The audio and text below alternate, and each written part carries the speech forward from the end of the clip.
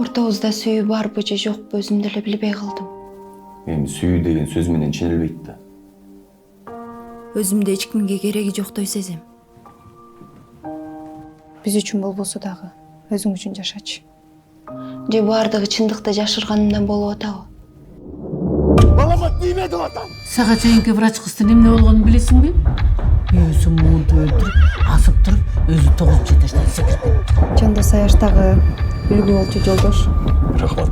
Мен антулардан аздап корком. Kaçın! Kaç! Senin yaşam korkunçta. Kaç balım.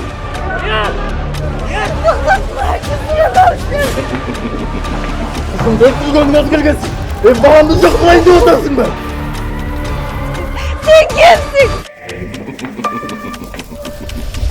Мен элестеткен дүйнө мен элестеткендей болбой калышынан корком.